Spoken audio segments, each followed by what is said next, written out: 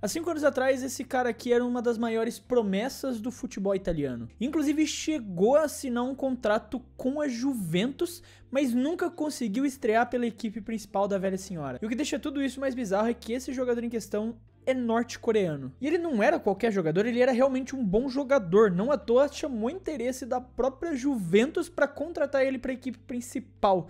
E mesmo vindo de um lugar complicado e que você não costuma ver tantos jogadores profissionais surgindo e se destacando no cenário mundial, ele ainda assim conseguiu se destacar num dos maiores mercados do futebol mundial. A gente tá falando do Han Kwang-song, um atacante norte-coreano que do nada surgiu na Europa, chamou a atenção dentro de campo, assinou um contrato com um dos maiores clubes do mundo e depois simplesmente sumiu, desapareceu. Ele virou uma espécie de fantasma. Um jogador que estava pronto para explodir num dos maiores palcos do futebol mundial simplesmente desapareceu sem deixar rastro. Isso faz a gente se questionar primeiro como um jogador da Coreia do Norte conseguiu chegar tão longe no futebol mundial e como ao mesmo tempo se destacando e ganhando toda essa mídia, simplesmente sumiu do cenário mundial. E para começar a gente tem que entender como funciona o futebol na Coreia do Norte. E lá ele não é só um esporte, ele também é parte da militarização e da propaganda do país. O regime norte-coreano trata os atletas como soldados, com questão de disciplina militar, treinos pesados e aquela vigilância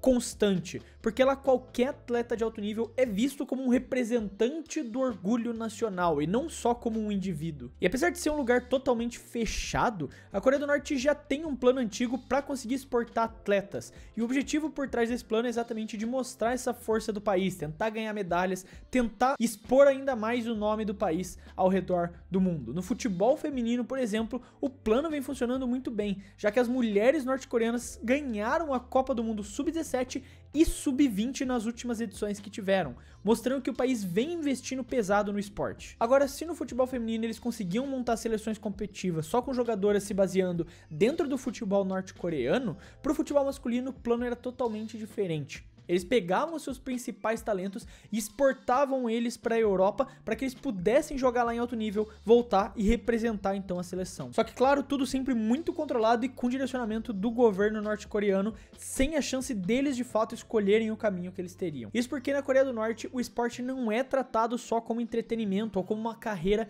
individual. Ele é uma ferramenta política direta. Já faz alguns anos que o regime vem usando atletas como símbolo de propaganda. Cada vitória internacional serve para comprovar a superioridade do sistema norte-coreano. E ao mesmo tempo, cada atleta é tratado quase como um soldado, com disciplina militar, treinos exaustivos e supervisão constante. Para você ter uma noção, qualquer atleta norte-coreano que vai para fora do país, mesmo para simples torneios que sejam, precisa de uma autorização especial do governo. Eles viajam também sempre acompanhados de oficiais e que na prática funcionam ali como vigias, e esses acompanhantes monitoram tudo, onde o atleta dorme, o que ele come, com quem ele fala e até mesmo se ele vai sorrir ou não para a câmera durante as entrevistas. E o controle não vai parar por aí, porque quando o atleta volta para o país, ele ainda precisa passar por algumas sessões de interrogatório para entender o que ele viu lá fora antes de voltar para o país. Isso explica porque quase nenhum atleta norte-coreano fala sobre as experiências fora do país, representando a nação deles em algum grande evento esportivo. Agora, o futebol é uma das maiores ferramentas que existem no mundo para você fazer o sport washing,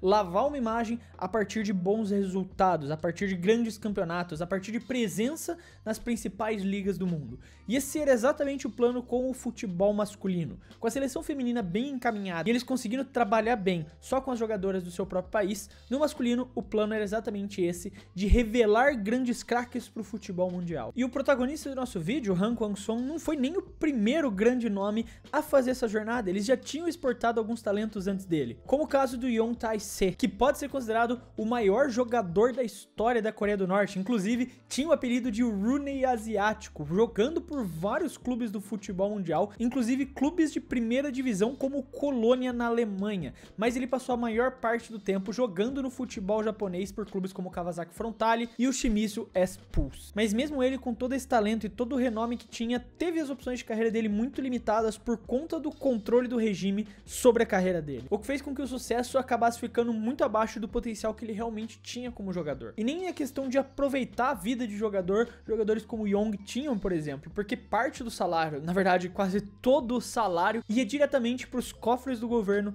norte-coreano. Os jogadores norte-coreanos que estavam atuando na Europa ou fora do país em geral recebiam uma mesada suficiente para eles conseguirem se manter com as necessidades básicas, mas o salário deles de fato ia todo pro governo norte-coreano. E além disso, o futebol na Coreia do Norte tem uma estrutura local também muito fechada. O campeonato nacional deles, a Liga de Futebol da Coreia do Norte, não tem nenhuma cobertura internacional. Os jogos, apesar de serem realizados em estádios grandes, ficam com transmissões limitadas apenas para os canais estatais, e o principal clube do país, que é o 25 de Abril, pertence ao exército da Coreia, ou seja, os jogadores são praticamente soldados. E essa mistura então de política, futebol e militarismo faz com que cada atleta carregue essa pressão extra absurda, não só de ganhar um jogo, mas também de estar defendendo a honra do país, porque um desempenho ruim não só pega mal pra ele, mas pega mal pra imagem que eles querem passar. Então quando um atleta consegue sair da Coreia do Norte, isso não significa liberdade.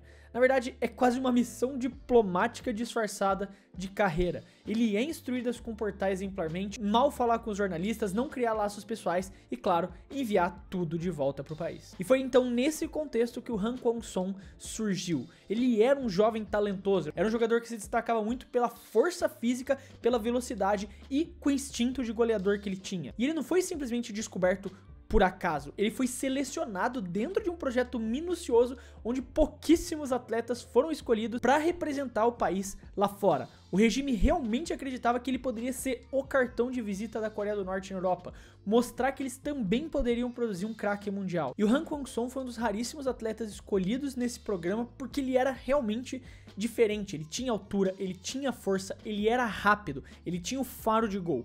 E por conta disso ele se destacou muito dentro dos centros do país. Então quando ele chega na Itália em 2017, ele já assina com o Cagliari, não só carregando o peso de ser uma grande aposta, uma joia bruta do futebol mundial que precisava se desenvolver numa das ligas mais difíceis do mundo, mas também por carregar a imagem política do regime norte-coreano nas costas. E logo de cara foi emprestado pro Perugia, onde em 36 jogos ele contribuiu diretamente com 11 gols e 5 assistências, totalizando 16 participações a gol. E foi na segunda divisão italiana que ele começou a mostrar o seu potencial de fato. Ele é um jogador que se caracteriza pela altura, sendo muito veloz e que tem essa presença aérea forte, e principalmente pela calma que ele tinha na hora de finalizar. E houve alguns rumores de que Napoli, Fiorentina e até alguns clubes ingleses como o Liverpool estavam interessados nele, só que ninguém conseguiu avançar de verdade por conta desse pacote político que envolvia sua contratação. Além disso, o Han não podia dar entrevistas, ele não podia postar nada nas redes sociais, não frequentava eventos e muito menos saídas de grupo. Ele vivia praticamente como um fantasma dentro do clube.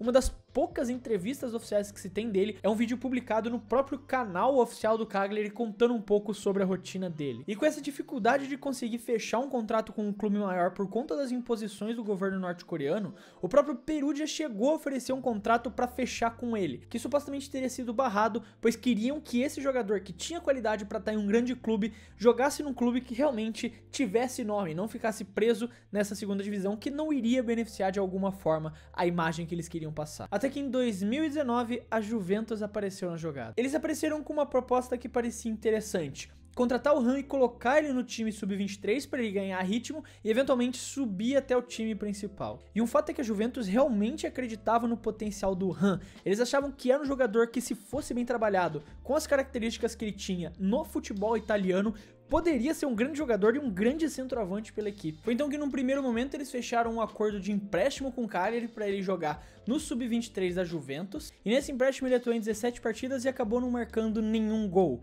o que não foi uma temporada brilhante em questão de números, mas o foco desse empréstimo era exatamente de dar rodagem, de ajustar ele no estilo de jogo do nível técnico da Juventus. E mesmo sem fazer grandes números, mesmo sem realmente ter tido grandes participações, a Juventus se impressionou o suficiente para pagar 3,5 milhões de euros pelo Cagliari para contar com os serviços do Han com o time principal. Então ele assinou oficialmente o contrato com o elenco profissional, algo que já parecia um passo gigantesco na carreira. Ele estava jogando num clube de primeira prateleira do mundo. O grande problema foi que essa contratação aconteceu em janeiro de 2020. na mesma época que a União Europeia criou algumas sanções pesadas contra a Coreia do Norte, o que afetava diretamente o acordo que eles tinham com o Han, já que o pagamento do salário dele não era feito para ele, sim para o regime norte-coreano, ou seja, uma transação direta de uma empresa italiana, que fazia parte da União Europeia, com o governo norte-coreano, o que estava sendo proibido pelas sanções da União Europeia. Além disso, uma nova regra foi estipulada de que cidadãos norte-coreanos que estavam trabalhando na União Europeia há uma certa quantidade de tempo poderiam tirar o visto para virarem cidadãos europeus. E o fato de que o governo norte-coreano podia perder esse controle que tinham sobre ele, pouco tempo depois dele assinar o contrato profissional com a Juventus e sem entrar em uma única partida em campo por eles, ele foi vendido para o Al Duhail do Catar. Lá ele passou uma temporada inteira onde só fez 10 jogos e marcou 3 gols, mas praticamente não entrava em campo. Até que no final de 2021 ele voltou para a Coreia do Norte para jogar pelo 25 de abril. Com isso, o Han voltava para a Coreia do Norte e sumiu completamente dos noticiários. Só voltava a ser visto quando a seleção da Coreia do Norte entrava em campo, como em eliminatórias asiáticas, mas dessa vez sem o mesmo destaque que ele tinha antes. E durante todo esse percurso, Han viveu em isolamento absoluto. Mesmo dentro da Itália, ele era visto como uma figura estranha, alguém que não tinha vida social, não participava das festas, não criava laços, e até mesmo os companheiros relatavam em off que ele desaparecia logo depois dos treinos. Financeiramente, o Han também nunca ficou rico, porque praticamente todo o salário dele, que chegou a estimados 300 mil euros anuais no auge, foi entregue para o governo norte-coreano. Ele recebia apenas ali o suficiente para se manter e seguir as regras impostas. Como eu falei, ele segue ativo, mas sem qualquer perspectiva hoje de voltar a jogar no alto nível do futebol mundial ou em qualquer outra liga competitiva fora da Coreia do Norte. Ele virou um fantasma do futebol, um jogador bom, talentoso, que tinha tudo para atuar num dos maiores clubes do mundo e jogar nas principais competições de futebol, mas que foi engolido pela máquina da Coreia do Norte e que a gente só lembra que existe uma vez a cada 3 meses, quando tem as eliminatórias asiáticas e a gente vê a seleção da Coreia do Norte em campo e o Han liderando o ataque deles. Ele tinha tudo para ser o maior jogador norte-coreano da história. Tinha físico de centroavante, faro de gol e uma capacidade de adaptação dentro de campo que chamava a atenção de grandes clubes não só da Itália, mas de toda a Europa. E se não fosse o contexto político, tinha uma expectativa real de evolução técnica e espaço para ele jogar no principal palco do futebol mundial. Só que o caso dele acabou virando mais um exemplo extremo do quanto o regime norte-coreano controla cada detalhe. Nenhum companheiro dele dava depoimentos pessoais, nenhum técnico sabia sobre ele nos bastidores. E até mesmo os clubes como o Juventus e o Cagliari, onde ele passou a maior parte do tempo, se mantiveram em silêncio absoluto depois da saída dele. No fim, o Han se tornou um verdadeiro case de como a política pode literalmente apagar um talento independente do potencial que ele tenha. Mas aí tá a história do maior jogador da Coreia do Norte que nunca aconteceu. Lembrando vocês que a gente tem o Discord do Clube do Fute, que a gente fica conversando sobre futebol conforme tá tendo jogos. A gente ficou debatendo, por exemplo, durante a final da Copa do Mundo de Clubes. Você pode clicar no link aqui da descrição para entrar lá e fazer parte dele. E aqui lembrete que eu quero saber o que você tem a dizer, se você concorda, se você discorda, o que você tem a dizer sobre o vídeo. Não esquece de escrever aí nos comentários que eu quero saber a sua opinião sobre a história. Lembrando aqui também que se você gostou do vídeo e quiser ajudar o Clube do Fute, você pode fazer isso se inscrevendo no canal, porque ajuda muito a poder continuar produzindo todos esses vídeos aqui pra vocês. Quero deixar um abraço pra você que ficou até aqui e até o próximo vídeo.